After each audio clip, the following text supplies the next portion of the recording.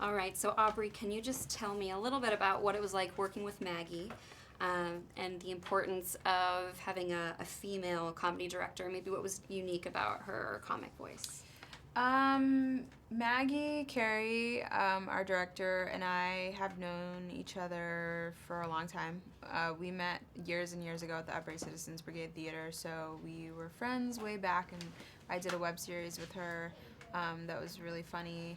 And she always she wrote the script and sent it to me, and I immediately knew I wanted to do it, not only because the script was hilarious, but because I wanted to work with Maggie. She directed me in this web series a long time ago, and she just always was an amazing director. And not only just as a female director, but just as a comedy director, she's really funny, and I just kind of knew that it would be a great combination of funny, but also she had a really strong point of view, and had really kind of new things to say about young people at that awkward stage in their life when they're trying to figure out sex stuff. And so yeah, so working with her was kind of awesome. And I think for this movie especially, having a female director was really great because the movie is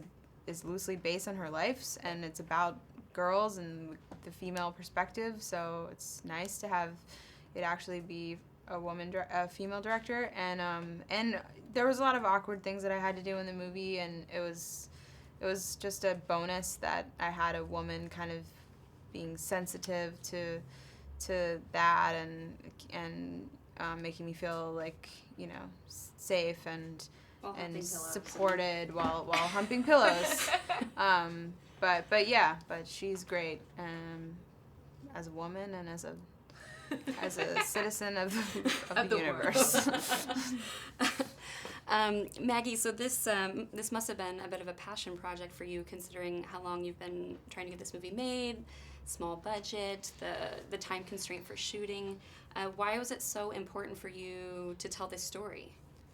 I think, yes, it was definitely a passion project because, I wrote the script as a spec and it went out and all the studios passed, but then it was on the blacklist, which gave it this sort of second life. I just really wanted to tell that story of it's your classic coming of age story, where, although this one is more like the quest of learning how to not just have sex, but all the things like leading up to that moment. But I really just wanted to tell from a teenage girl's perspective. And when you're a teenager, you so badly want to know about things, and the only way to know is to actually experience them. So that was, definitely the inspiration there. So speaking to knowing about things, Aubrey, how much research would you say you did to prepare for this role? I did a lot of research. Maggie Carey gave me her journal entries from when she was in high school.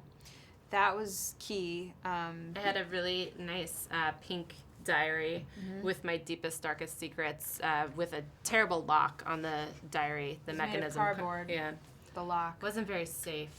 So that, in combination with just hours of extensive hand jobs that I gave, and just different sexual things that I did to prepare, helped me. And so Brandy, your character, seems to approach this sexual to-do list in quite a methodical way. But it also seems that she finds unexpected consequences. Can you guys maybe talk about those pitfalls and maybe that arc a little bit? Yeah, well, I think that her passion in overachieving is kind of a good thing, but then it also kind of helped her lose sight of what's important sometimes, because I think what she learns at the end of the movie is sex is just sex, but it's also wrapped up in a lot of emotions and feelings, and so I think there's a lesson there that she has to be aware of that part of it too, and it's not just sex, but it is also, but it's not. It's a big deal, but not a really big deal sometimes. Right. There's so much buildup, especially when you're a teenager who hasn't had sex, to like it's supposed to be this perfect magical night. But I don't know anyone who had that perfect magical night. So it was fun to kind of play off of I lost that. my virginity on a white horse. With That was my dream. it was. What do you think audiences can learn from the to-do list? They can learn how to dry hump someone. It's a lost art. I mean, they're really kids don't dry hump today like we did back in the 90s, and I think if we can bring that back to them, Yeah. They're we just can not do as great. dedicated. Yeah, we can They do can a also great learn public how service. squirts work.